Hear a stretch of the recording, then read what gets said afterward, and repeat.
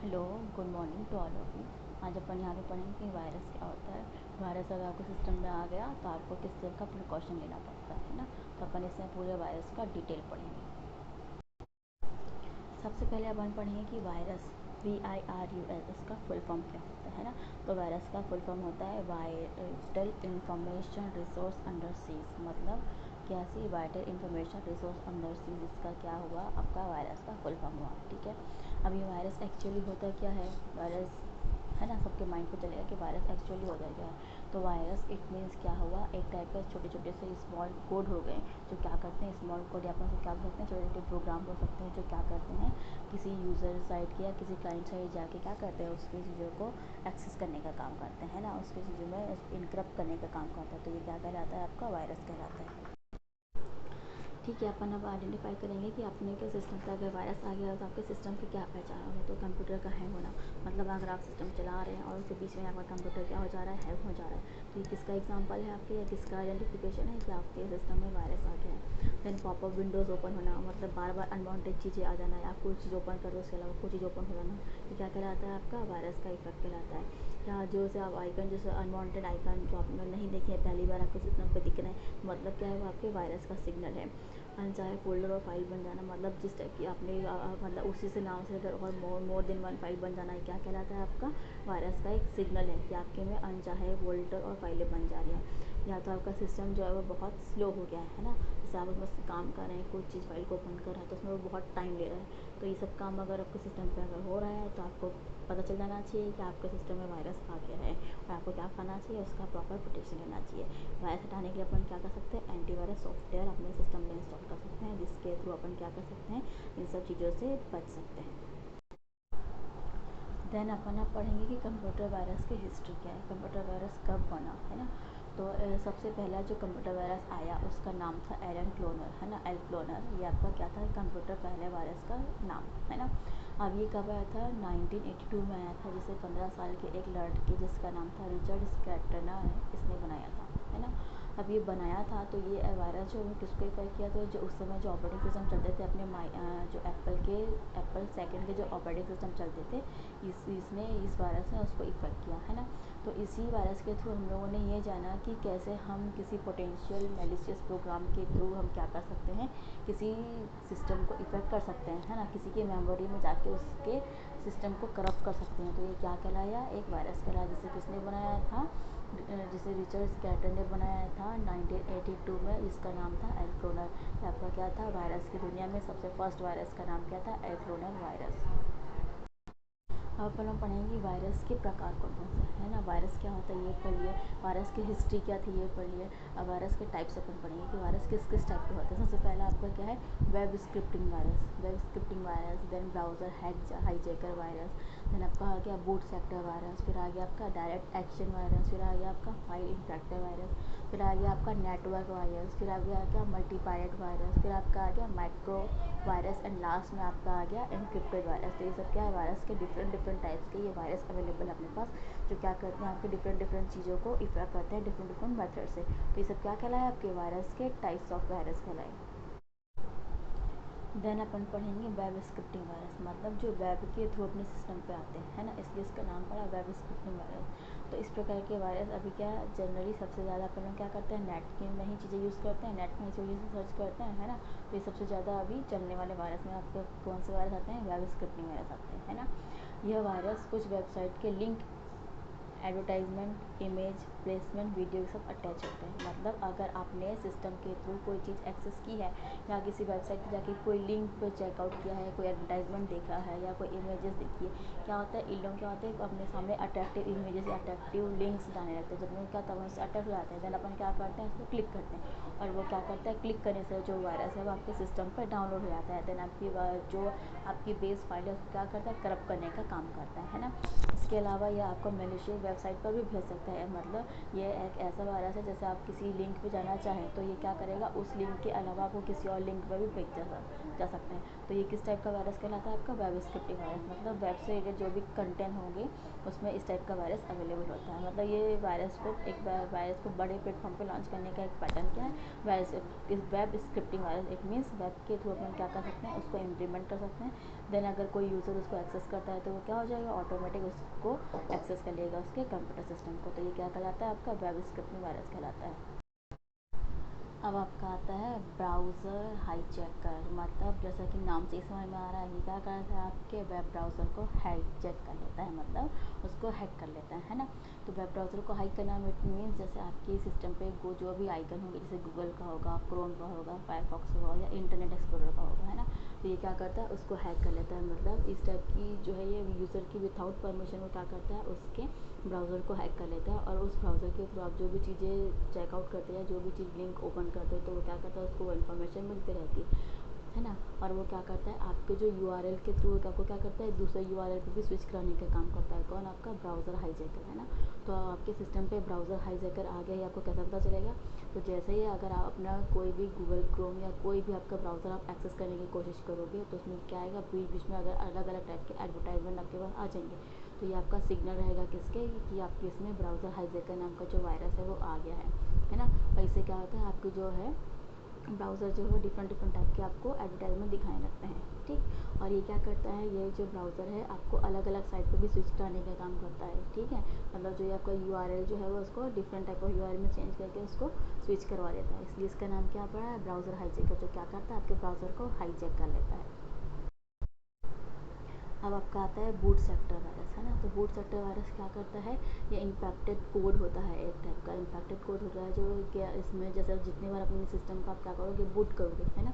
तो जब भी आप अपने सिस्टम को बूट करोगे, उतना ही टाइम अपनी चीज़ों को क्या करता है, जितने टाइम वो बूट होगा उतने टाइम वो क्या करेगा, आपकी फाइलों पे मूव करने लगेगा, है ना। मतलब आपकी फाइल को क्या करेगा, एक्सेस करने की कोशिश करेगा, है ना। यह कंप्यूटर वायरस खासकर फ्लॉपी डिस्क के बूट सेक्टर या हार्ड डिस्क के मास्टर बूट रिकॉर्डर को क्या करता है, संक्रमित करने का काम करता है, इसलिए इसका नाम क्या पड़ा है, बूट सेक्टर वायरस। मतलब ये क्या करेगा, आपकी बूटिंग प्रोसेस से लेके जब भी आपने अपने सिस्टम को, अगर आप बूट जब भी आप कभी सिस्टम को अपना ऑन करें तो क्या होता है, वो बूटिंग प्रोसेस देता है ना। तो वो बूटिंग प्रोसेस जितने टाइम चलेगा उतने ही टाइम में क्या करता है, अपने वायरस को उसी समय अपने वायरस को ज़्यादा से ज़्यादा संख्या में गुणा करके ज़्यादा से ज़्यादा फाइलों को करप्ट करने की कोशिश करता है, इसलिए इसका नाम क्या पड़ा है, बूट सेक्टर वायरस। फिर अपने पास आता है डायरेक्ट एक्शन वायरस, है ना। तो डायरेक्ट एक्शन वायरस क्या करता है, ये जैसे अपने कंप्यूटर वायरस का कुछ स्पेसिफिक फाइल पे हमला करता है ना।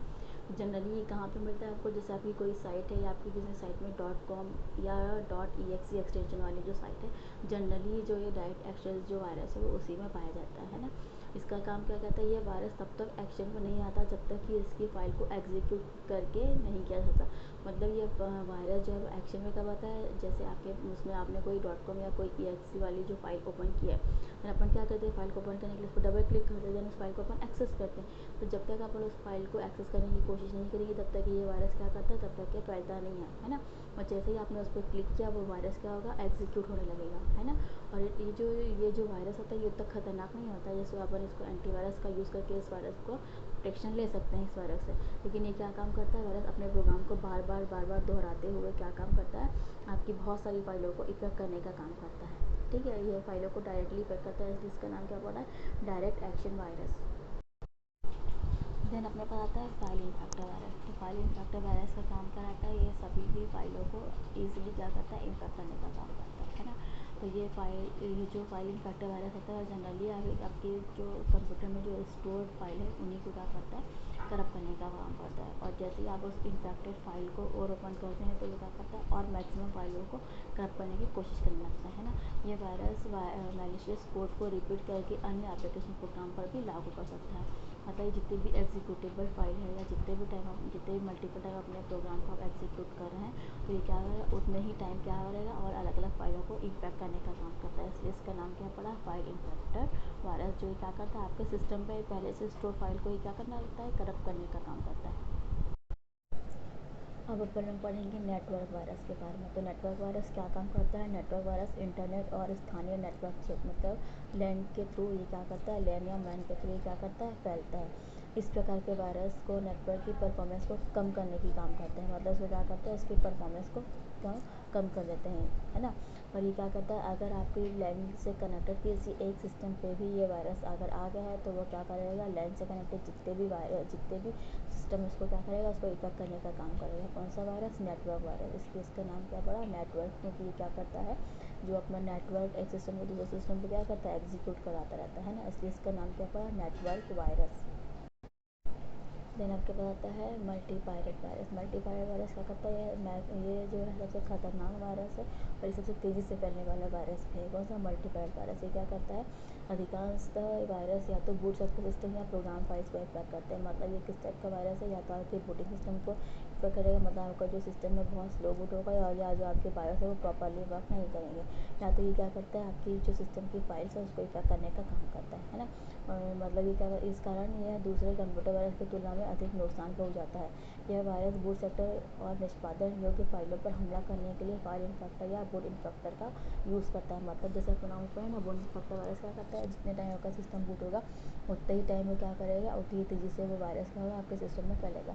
या तो वो इन्फेक्टेड फाइल वायरस क्या करता है, जो आपकी जो इन्फेक्टेड फाइल होती है अगर आप उसको एग्जीक्यूट कर रहे हैं बार बार, तो क्या करेगा, उतनी ही और अलग फाइलों को क्या करता है, करप्ट करने का काम करता है। कौन, मल्टी पायरेट वायरस। देन आपका आता है मैक्रो वायरस। तो मैक्रो वायरस जैसे अपन लोग पढ़ते हैं ना, मैक्रो पढ़ते हैं, macro is a series of instruction. मतलब जैसे अपने को कोई चीज़ बार बार अगर रिपीट करनी है तो अपन उसको क्या करते हैं, मैक्रो के थ्रू क्रिएट करते हैं।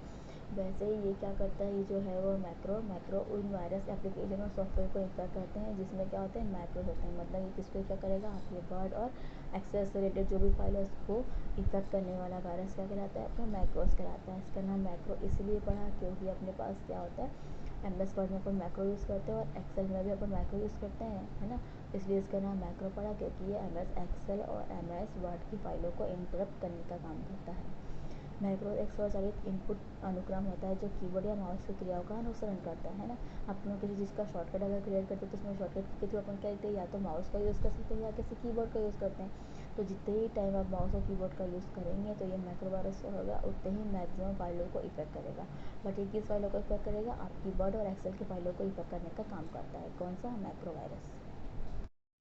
इसके बाद आपका आता है रेसिडेंट वायरस। तो रेसिडेंट वायरस इट मीन्स क्या करेगा, वो आपके सिस्टम पे ही रहेगा और रहते हुए ही वो क्या करेगा, अलग अलग फाइलों को इफेक्ट करने का काम करता है। ठीक है, यह खुद को रैम मेमोरी में स्टोर कर लेता है। जब रेसिडेंट वायरस अगर आपके सिस्टम पे आया तो आपकी रैम में जितनी भी फाइलें स्टोर होगी उनको क्या करेगा, इफेक्ट करने का काम करेगा, है ना।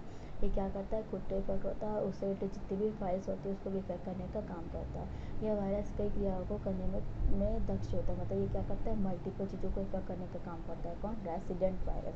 रेसिडेंट इसका नाम इसलिए पड़ा क्योंकि ये क्या करता है, आपकी में रैम जो परमानेंट आती है ना, परमानेंट मेमोरी में जाके क्या करता है, स्टोर हो जाता है और देन वहाँ से फाइलों को इफेक्ट करने का काम करता है। तो ये क्या कहलाता है, आपका रेसिडेंट वायरस कहलाता है। रेसिडेंट वायरस का जो एग्जाम्पल है वो CMJ, मेवे, मेल्किनिवे और रेंडेक्स, ये आपका किसका एग्जाम्पल है, रेसिडेंट वायरस का एग्जाम्पल्स है। देन अपने पास आता है इनक्रिप्टेड वायरस। जैसा कि नाम से समझ में आ रहा है, ये क्या रहता है, इनक्रिप्टेड रहता है। मतलब इसको अपन आसानी से फाइंड आउट नहीं कर सकते हैं, है ना। तो ये जो है वायरस बहुत ख़तरनाक होता है और ये अपने एंटीवायरस सॉफ्टवेयर के थ्रू भी इसको पकड़ना मुश्किल होता है। क्यों, क्योंकि इसका नाम क्या, इनक्रिप्टेड। मतलब ये क्या होता है, ओरिजिनली वायरस जो होता है वो अलग फाइलों में या अलग नेम से क्या होता है, इनक्रिप्टेड रहता है। मतलब उसको अपन ईजिली पहचान नहीं सकते। जब अपन उस फाइल को एक्सेस करेंगे या उसको एग्जीक्यूट करेंगे तभी अपन को पता चलता है वो इनक्रिप्टेड वायरस है। इनक्रिप्टेड वायरस मतलब इसका नाम इनक्रिप्टेड वायरस इसलिए पड़ा क्योंकि ये अपने ओरिजिनल फॉर्मेट में नहीं होता है। इसके ऊपर अलग अलग प्रोग्राम किया, ऊपर से जो इसका रूप जो वो अलग होता है और अंदर से उसकी वर्किंग जो अलग होती है ना। इसलिए इसका नाम क्या पड़ा, इनक्रिप्टेड वायरस। मतलब इसको आसानी से नहीं पहचाना जा सकता और ये आपके फाइल पे जाके बहुत सारे फाइल को नुकसान पहुँचाता है। अब इनक्रिप्टेड फाइल जो है वो कैसे वायरस इफेक्ट करते हुए, जो इनक्रिप्टेड फाइल को अपन क्या करते हैं, क्लिक करते हैं तो वो क्या हो जाती है, डिक्रिप्ट हो जाती है। देन जो वायरस है वो अपना एग्जीक्यूट होने का काम करता है, मतलब देन वो अपना एक्चुअल रूप दिखाता है।